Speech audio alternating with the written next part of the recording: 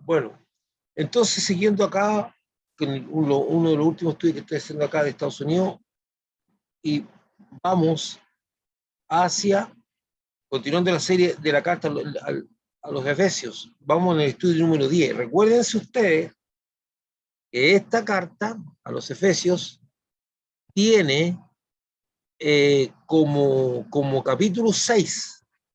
No sabemos, vamos en el capítulo 3, empezando el capítulo 3, y ya tenemos 10 estudios, y vamos a seguir adelante. Entonces, que Dios permita que el estudio, que es puntual sobre unos textos, nos venga a hablar a nosotros de tal manera que saquemos enseñanza. Eso es la expectativa que tenemos o debemos tener para, para enfrentar estos estudios. ¿Qué cosas Dios me va a hablar? ¿De qué manera me va a bendecir? ¿De qué manera me va a encaminar? ¿De qué manera me va a corregir? ¿Verdad?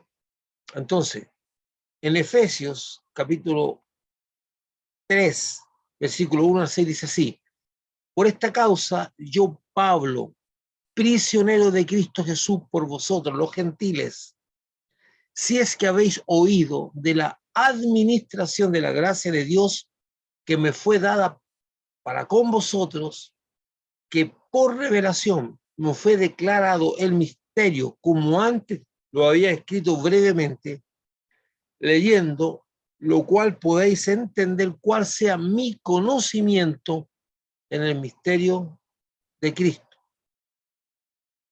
Misterio que en otras generaciones no se dio a conocer a los hijos de los hombres, como ahora es revelado a sus santos apóstoles y profetas, por el Espíritu.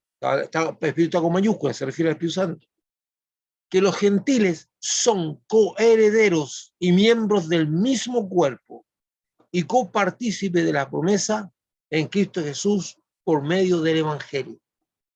Durante los estudios que hemos tenido hacia atrás, hemos estado viendo, Pablo ha estado tratando el tema de cómo Dios reconcilió en la cruz, cómo Dios reconcilió en su ser a personas que eran judías y gentiles, y cómo Dios nos reconcilió a nosotros, que estábamos sin esperanza en este mundo.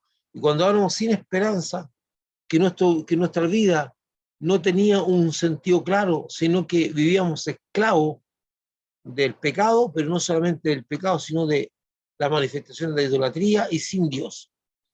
Entonces viene Cristo y genera la esperanza y se da a conocer al único Dios verdadero, que nos bendice de tal manera que actúa sobre nuestro ser, dándonos la certeza que ya no somos benedizos ni extranjeros, sino que somos hijos de Dios. Y eso es súper, para todos nosotros, importante. Y se rompió esa pared que había de separación entre los que eran judíos y los que son gentiles. Entonces, siguiendo ese misterio que en otras generaciones no se dio a conocer a los hijos de los hombres, como ahora es revelado a sus santos apóstoles y profetas, que por el Espíritu, como dije, Espíritu Santo, que los gentiles son coherederos, o sea, heredamos juntamente, y miembros del mismo cuerpo y copartícipes de las promesas en Cristo Jesús por medio del Evangelio. Entonces, vamos a declarar un poco esta situación. Veamos. En el capítulo 2, Pablo plantea a la iglesia de Éfeso cómo a través de Jesucristo llegaron a ser parte del pueblo de Dios, de estar lejos, sin esperanza, a estar cercanos y salvos a través de la obra de Jesucristo en la cruz. Pablo viene a decirnos a nosotros que somos gentiles, que estábamos sin esperanza, que Jesucristo vino a derribar esa barrera y que nosotros también tenemos acceso. Y nos convertimos en hijos de Dios. Nunca olvide eso usted. Usted no entregó su vida a Cristo para obtener un certificado que diga que usted es salvo. Es cierto que nuestro nombre está inscrito en el libro de la vida y que y nuestra garantía es el Espíritu Santo, que es el sello. Pero nosotros no nos convertimos para ser salvos. ¿A qué nos convertimos nosotros? ¿En qué nos convertimos? Nos convertimos en hijos de Dios. Usted es un hijo de Dios. Juan intenta explicarlo esto, o como había dicho, lo dice claramente en el capítulo 8. Dice que los cuales no son nacidos de sangre y carne y de voluntad de varón, sino de Dios. Y dice que a todos los que le recibieron y a los que creen en su nombre le dio el poder, la potestad de ser hechos hijos de Dios. Y ahí explica eso. Entonces, nosotros no nos convertimos a hacernos judíos, o no nos convertimos a una religión, o no nos convertimos por la posibilidad de una salvación frente al juicio final. Nosotros nos convertimos a ser restituidos como hijos de Dios. Usted es un hijo de Dios, yo soy un hijo de Dios. Entonces nuestra condición es diferente. Por eso podemos hablar de coherederos, porque los esclavos no heredan, ni los siervos heredan. Hay gente en la iglesia que cree que lo más importante a lo cual puede llegar es ser discípulo de Cristo, un discípulo comprometido, un discípulo, un creyente con todo, incluso a ser hermanos. Pero Jesucristo dice que la máxima es amigos de Él, amigos de Él. Dice ya no llamaré siervos, sino amigos. Porque la aspiración que debemos tener es lo que más nos brinda Dios. Y lo que debe reinar en nuestros corazones es lo que dice Dios. Y en ese sentido, lo que está diciendo Dios es bien claro, que nos hizo hijos de Él. Y con eso se llega a muchas cosas que tiene el hijo y que el siervo o el sirviente no tiene. Si usted aspira a ser un servidor de Cristo y no un amigo de Él, entonces está mal. Porque lo que quiere hacer Dios es amigo. Acuérdense que Dios se refiere a Abraham como su amigo, habla de Enoc que caminó con Enoc. Entonces estamos hablando de una relación tan íntima, pero es una relación progresiva, una relación de fidelidad, una relación de la búsqueda de Dios para lograr eso. Entonces, vamos a eso, a la amistad con Dios. Sigamos un poquito adelante. Dice, ahora, Pablo nos muestra cómo Dios le plació, dice, trasladarlo del estudio intelectual de la palabra, dice, a Dios le plació trasladar a Pablo del estudio intelectual de la palabra escrita. Eso es conocido como el logo. El estudio de la palabra escrita se conoce como logos. La gente habla del logos, que tiene que ver para separar la palabra que yo no solamente leo. Por ejemplo, cuando estoy leyendo la Biblia, yo puedo tener un entendimiento intelectual de las cosas que ocurren o que dice la Biblia, pero cuando la Biblia me habla a mí como persona, no a mi intelecto, sino que cuando la palabra de Dios me habla cosas tan puntuales que me pueden estar afectando, o que Dios quiere, o con las cuales yo camine, o Dios me quiere mostrar promesa, o Dios me quiere consolar, y yo siento en mi ser que al leer la palabra traspasé la barrera del pensamiento, y yo siento que esa palabra me está hablando a mí, no es una cuestión de la imaginación, es porque Dios se ha revelado. Y eso, revelación, esa palabra revelada se conoce como rema. Entonces Dios se está manifestando a mí. Y eso es lo que aspiramos nosotros, no a un ejercicio intelectual de la lectura de la palabra, sino que Dios me hable. Y Dios habla. Entonces cuando yo estoy leyendo la palabra y la palabra cobra un sentido personal, entonces yo puedo tener la certeza que Dios me está hablando. Dice, entonces Pablo dice que a Dios le plació trasladarlo del estudio intelectual de la palabra a la revelación de los misterios de la palabra, donde Pablo es guiado por el Señor a un profundo entendimiento del propósito y plan de Dios para la humanidad, haciendo que la palabra escrita se haga viva y entienda que las revelaciones de Dios encaminaron su ministerio hacia sendas insospechadas. Y eso está pasando con Pablo. Entonces, es lo que nosotros debemos aspirar. Yo no debo aspirar a tomar un versículo o a leer un trozo de la palabra de Dios para que esto se quede en mi mente. Siempre aspiro a que Dios me va a hablar de alguna manera. Y dentro de eso está la palabra. Y entender y poder ampliar mi crecimiento, porque la palabra me va a permitir crecer. Acuérdense que Dios habla de que nosotros somos como un edificio, que estamos creciendo, ¿verdad? Día a día. Entonces, Pablo está hablando de que Dios lo saca del simple estudio intelectual a la revelación. Vamos a ver lo que es la revelación, porque mucha gente como que cree que es algo místico, como que cree que la revelación es algo que tienen esos grandes hombres de Dios, esas grandes mujeres de Dios, que de alguna manera pisaron esta tierra y que se les mostró cosas que el resto no puede hacer. Y de repente hay gente que habla de revelación en el sentido de cosas meas extrañas que dicen algunos, y muchas de esas no tienen asidero bíblico. Efesios 3:1 entonces, por esta causa yo, Pablo, prisionero de Cristo Jesús por vosotros los gentiles, prisionero. Aquí tenemos una connotación muy interesante. Estas palabras de Pablo no solo se refieren a lo físico, porque realmente, como muestra ese dibujo, él estuvo prisionero físicamente, o sea, preso, sino también a lo espiritual. Pablo ha llegado a estar físicamente preso por predicar el evangelio de Jesucristo a los gentiles, el cual choca con la visión social, política y religiosa de la autoridad imperante, que decide penalizar con la cárcel y hasta con la muerte a quienes profesan a Jesucristo como su Señor.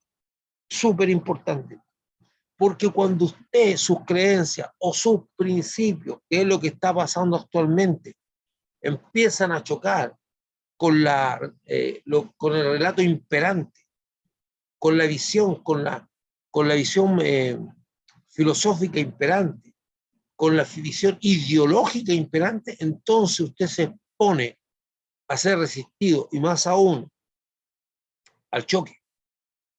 Y ya está pasando eso, porque nosotros empieza esto con la cancelación,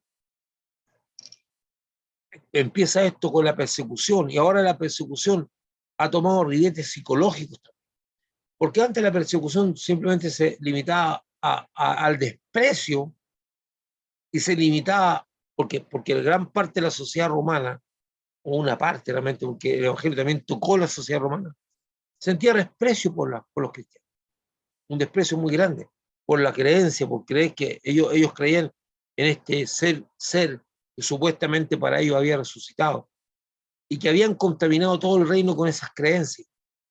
Entonces sentían desprecio. Y, y del desprecio pasaban a la persecución física, a meter a estas personas en la cárcel y a despojarlos de las bienes, con quitarles todo y matarlos.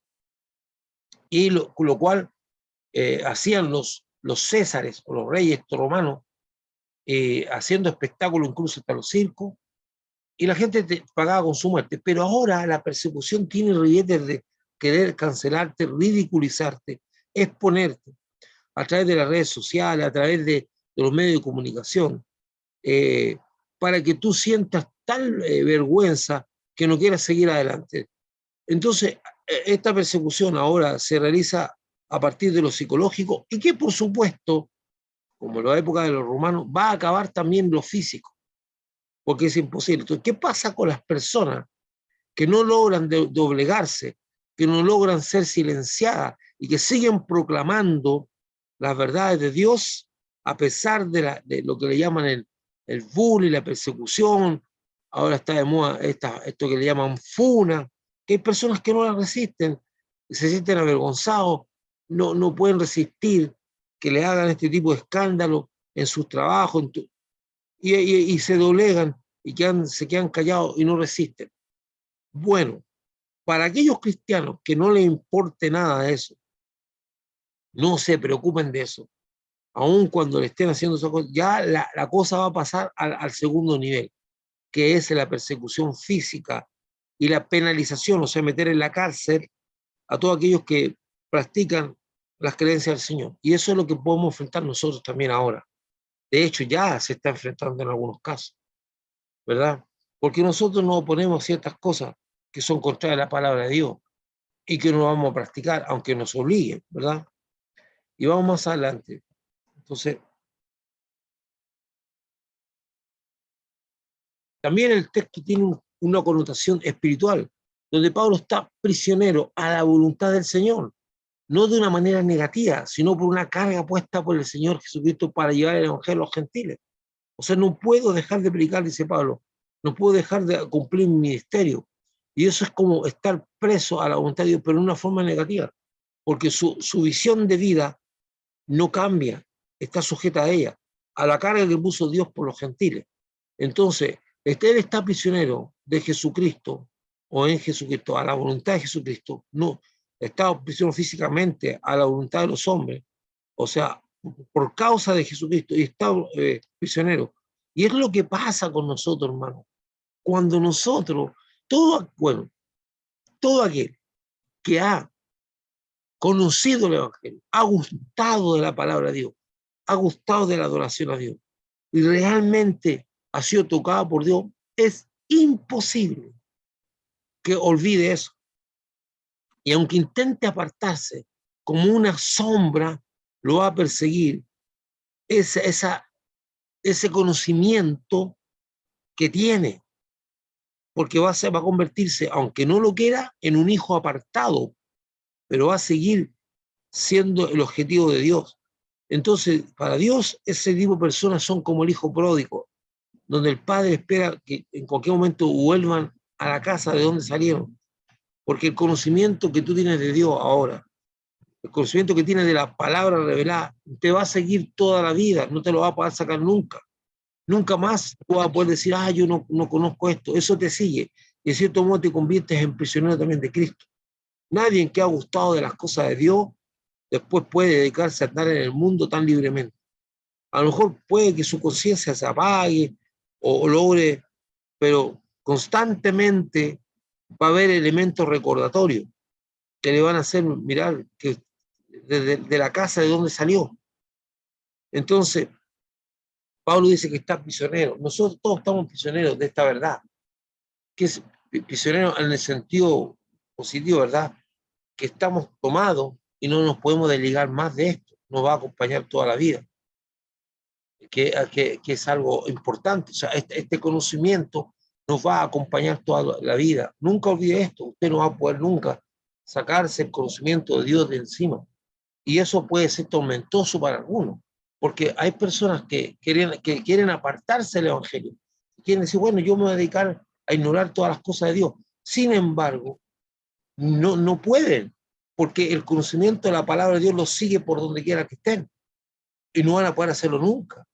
Por eso estamos prisioneros de Cristo, pero no prisioneros de algo malo, sino de una tremenda verdad.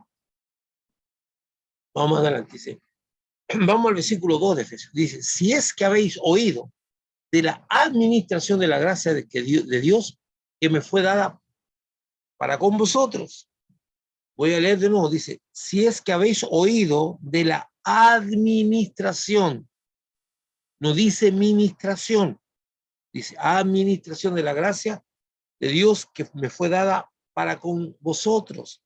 Hay personas de todo nivel intelectual que tienden a confundir lo que es la ministración con la administración. Hay personas incluso que me han dicho a mí, pastor, administreme. Yo no estoy para administrar la vida de la gente, ¿verdad? Apenas puedo administrar mi propia vida. No es, y ahí se genera una confusión. Y vamos a verlo ahora, ¿verdad? Es importante aclarar que la palabra ministrar es diferente a administrar. La palabra ministrar es la acción de ejecutar un servicio o ministerio. Cuando yo ejecuto un servicio o ministerio, estoy ministrando. Cuando se ministra a una persona, significa que le estamos sirviendo en el don que el Espíritu Santo nos ha concedido o nos concedió. Entonces, estamos sirviendo en el don a esa persona. Por ejemplo, si yo tengo un don profético y al entregar una palabra profética lo estoy ministrando. Cuando yo tengo un don de sanidad y oro como un creyente, no es necesario tener un don de sanidad para que un creyente también ore para que las personas se sanen.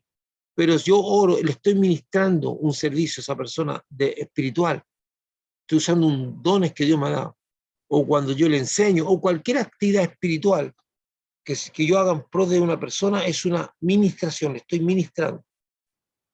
Entonces, conforme al don que el Espíritu Santo me dio. Entonces, hay personas que le dicen a los pastores, ministreme, pastor, y según lo que ella entiende, cuando está pidiendo ministración, está viendo que a lo mejor el pastor ore por la persona, eh, no sé, pero reprenda, porque la gente entiende como ministración solamente oración, un toque de la presencia de Dios o algo así. Pero ministración es todo servicio, porque son ministros, ministro significa servicio, son ministros competentes, no pasto, y por lo tanto ministramos nuestro don a los demás. Por eso dice que cada uno ministra el don que recibió a los demás. Entonces, cuando administramos, ejercemos el dominio, organizamos y tomamos decisiones sobre lo que estamos administrando. Eso es administrar. Ejercer dominio, tomar, eh, tomar, digamos, posesión y organizar lo que se nos ha dado por administrar. Entonces hay una diferencia entre administrar y ministrar. Y si usted usa la palabra administreme, no lo haga más, ¿verdad? O pide a una persona que le ministre, no administre. Veamos entonces. Pablo habla a los hermanos de Éfeso, que seguramente ha llegado a sus oídos el testimonio de cómo él hace saber las buenas nuevas de salvación. La gracia salvadora, ¿verdad? Porque veamos el texto, ¿verdad? Dice, así que habéis oído de la administración de la gracia de que Dios me fue dada para con vosotros. Es súper importante porque aquí está hablando de que Él administra la gracia. Wow, qué fuerte, qué cosa, ¿verdad? Dice, la gracia salvadora ha llegado al oído en distintos lugares y en diferentes tiempos, conforme a la sabiduría que le ha dado Dios y las pautas que el Espíritu Santo le va entregando. Entonces Pablo tiene en su poder decidir y mirar y aplicarse la sabiduría y lo que es, por eso se le dio la capacidad de administrar. Es interesante, ¿eh? Porque muchas veces dicen, bueno, ¿cómo yo voy a hacer esto? Porque yo voy a tomar decisiones. Sí, hay momentos en que algunas cosas el Señor nos entrega a nosotros la decisión de cuándo hablar y cuándo callar. ¿Y cómo aplicamos eso? Observando, mirando, eh, eh, usando el conocimiento y la sabiduría que Dios nos ha concedido. Dios nos ha concedido una sabiduría, un conocimiento, nos ha dado de su gracia y nos ha permitido que nosotros podamos entender qué hacer. Eso es lo que nosotros generalmente aplicamos.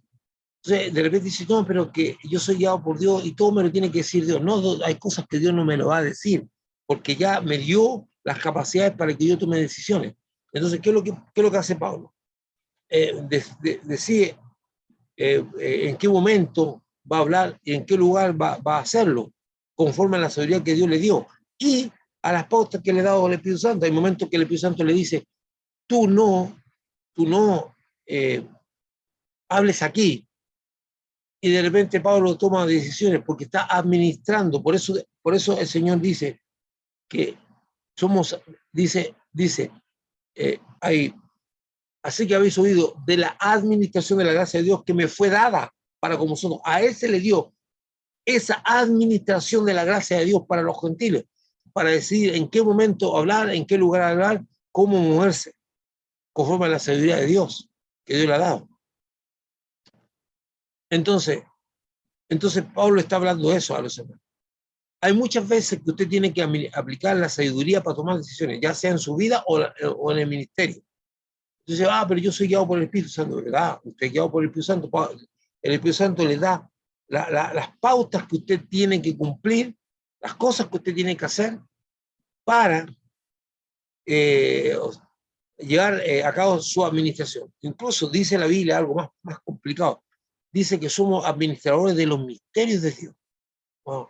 Algunas veces Dios nos da una revelación, nos muestra un misterio, y hay que saber en qué momento decirlo. en qué momento ministrar a lo otro, en qué momento abrir la boca. Hay momentos en que el ambiente espiritual no es propicio para que usted tenga una palabra de Dios. No es propicio. Y usted tiene que esperar conforme como cuando le fue dicho, en qué momento usted tiene que hacer. Fíjese que esto es muy interesante cuando Moisés se encuentra frente al mar y está rodeado, a su espalda está el mar, adelante vienen los soldados a atacarlo, y por los costados tiene el desierto. Entonces él ora a Dios y levanta, ora a Dios y le dice qué vamos a hacer. Y Dios le dice, ¿y por qué tú me estás preguntando qué hacer? Levanta tu vara y ve. O sea, uno dice, pero es que Moisés hizo lo correcto, le preguntó a Dios. Es que ya él tenía las pautas de lo que Dios le dijo. Le mostró para qué servía la vara, se la mostró, le dio un pequeño entrenamiento cuando se convirtió en serpiente, después la usó en distintos lugares. Y él sabía que si Dios me lleva hasta el mar, no va a dejarme ahí. Entonces, hay momentos en que las personas como que tienen que tomar la administración de lo que Dios le dio y administrarlo bien. Y es parte de lo que Dios quiere que hagamos. Porque cuando usted resucite y vaya al cielo, se le va a entregar a administrar cosas, ¿verdad? Y ahí usted requiere de la sabiduría. ¿Qué es lo que tiene que hacer usted? Pedirle todos los días sabiduría a Dios. Dice que por revelación me fue declarado el misterio, como antes lo he escrito brevemente. Veamos acá. Pablo habla de revelación. ¿Qué es lo que es revelación? Revelación es correr el velo para ver lo que hay más allá. Revelación es correr el velo. La gente toma esta palabra y la convierte en un elemento místico. Lo hace, lo mistifica, como que suena a algo más allá. No, revelación es revelación, correr el velo. La revelación no es, dice, por lo tanto, a diferencia de lo que creen algunos, la revelación no es para dar a conocer algo nuevo, sino que mostrar lo que ya hay, pero que no se ve. El velo no es físico, sino espiritual, donde por la acción de mismo Dios, los sentidos espirituales y las capacidades intelectuales no pueden percibir verdades, misterios, entender profecía, entender los tiempos, de los diferentes aspectos del propósito de Dios. El propósito de Dios es uno, tiene diferentes aspectos. A Pablo Dios le abrió los ojos para declararle un misterio del cual ya ha hablado. Entonces, ese es el correr el velo. Revelación es correr el velo. La gente dice, oh, este hermano que tiene revelación, porque de repente dice cosas que son extrañas o porque tiene más entendimiento. La revelación no es algo místico, estamos hablando de algo espiritual, correr el velo, para que usted vea lo que hay. De repente Dios usa hermanos para que usted pueda ver más allá. Y leyendo lo cual puede entender cuál sea mi conocimiento en el misterio de Cristo. ¿No? Pablo, a través de sus cartas apostólicas, que los éfesos ya han leído, les ha hablado de este misterio y conforme a lo que han leído pueden darse cuenta de cuánto conocimiento le ha dado Dios a Pablo sobre el misterio de Jesús. Dice, bueno, están leyendo y dice, wow, este hermano entiende, este hermano conoce, sabe, porque han leído las cartas. Las cartas de Pablo son tremendamente profundas, son bien profundas, o sea, son bien enriquecedoras, que aquel que se dedica a estudiarlas, no solamente a leerlas, puede encontrar una riqueza casi muy grande, porque es la palabra de Jesucristo puesta en manos de Pablo, en la pluma de Pablo. No, Pablo no está hablando de sí mismo, está hablando de Cristo. Vamos a los últimos dos textos. Dice, el misterio que en otras generaciones no se dio a conocer a los hijos de los hombres, como ahora es revelado a sus santos apóstoles y profetas por el Espíritu. Veamos. Pablo dice que este misterio, algo secreto, o que, ¿qué es lo que es un misterio? Es algo secreto que no se puede entender. Es un misterio, algo secreto que no se puede entender. O sea, es algo misterioso cuando yo no logro entender qué es eso, o yo no logro comprender. Aún esa la palabra misterio la usamos como para algo terrorífico, para algo sombrío. No, misterio es algo que yo no puedo entender. Algo misterioso es algo que están como secretos o que no puedo entender. Ha estado oculto, dice Pablo, dice que este misterio ha estado oculto tras un velo por muchas generaciones. Ahí está. Es importante, bueno, recuerden que no es un velo físico, es una incapacidad intelectual o espiritual de poder ver más allá de lo que dice el texto, de lo que dice la palabra.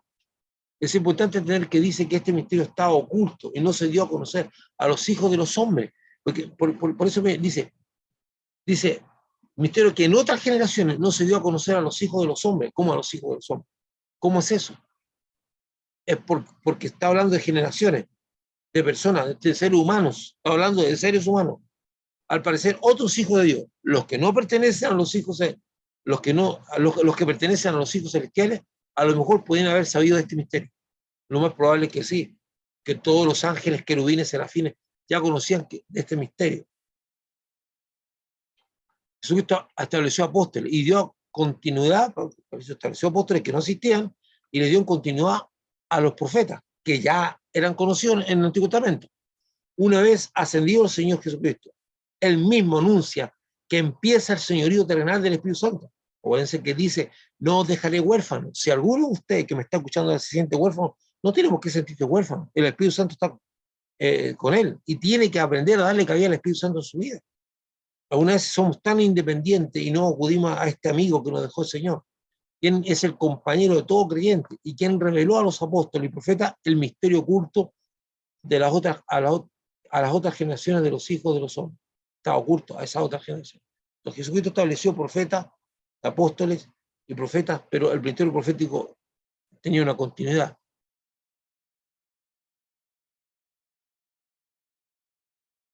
Dice Efesios 13, que los gentiles son coherederos y miembros del mismo cuerpo y partícipes de la promesa en Cristo Jesús por medio del Evangelio. Esto es un misterio que está oculto porque para la mayoría de los judíos, los gentiles estaban perdidos y condenados al infierno.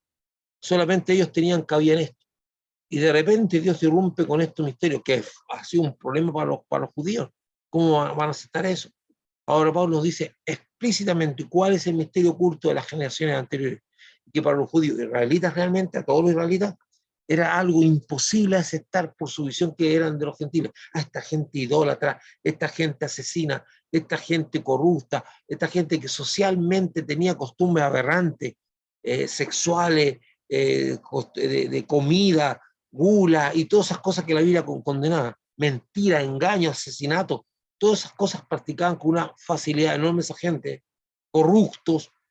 Entonces dice, ¿cómo esta gente que no conoce a Dios y que está tan alejada de Dios, que son unos idólatras y hechiceros y todo eso, pueden llegar a ser coherederos de Dios? Entonces esto es un misterio, se revela ese misterio. Para los judíos y para los mismos gentiles estaban excluidos. Para los gentiles ignorantes de todo lo referente a Dios se convirtió en un motivo de alegría. Estaban felices cuando supieron de esto. Para los que tenían una disposición, ¿verdad? El misterio oculto de los tiempos antiguos es que Dios no había desechado a los gentiles, aunque reprobaba y abominaba sus prácticas sociales y religiosas. Este misterio dice que los gentiles, no judíos, a través de Jesucristo y su evangelio, se constituían en coherederos juntamente con los creyentes judíos y eran parte de un mismo cuerpo, de una misma familia espiritual, y además a través de Jesucristo se hacen partícipes de las promesas de Dios que Dios había señalado para el pueblo judío. O sea, son coherederos, se hacen partícipes de las promesas que Dios había señalado para el pueblo judío y que están claramente expresadas en la Escritura. Por eso, nosotros tomamos los textos de la Biblia y los usamos como si fueran nuestros. Los tomamos, algunos tienen que ver con el pueblo judío, igual nos apropiamos de ellos, y algunos que tienen que ver con todo. Entonces, y aquí quiero explicar un poquito más algo que viene a continuación. ¿Qué es? Esto no tiene que ver con ritos y fiestas religiosas. No somos coherederos de los ritos judíos, ni de sus fiestas religiosas, ni de sus costumbres, sino a las promesas de fe que estaban destinadas a los judíos. Como por ejemplo, vamos a poner un ejemplo. Este es el pacto que haré con ellos. Después de aquellos días, dice el Señor, pondré mis leyes en sus corazones y en su mente las escribiré. Hebreos 10:16. Esa promesa hecha para los judíos, también es nuestra, es para nosotros. Que en los posteriores días o en los momentos dice que Dios va a escribir en nuestro corazón, va a poner sus leyes y la va a escribir en nuestra mente, algo que nosotros deseamos fervientemente, ¿verdad?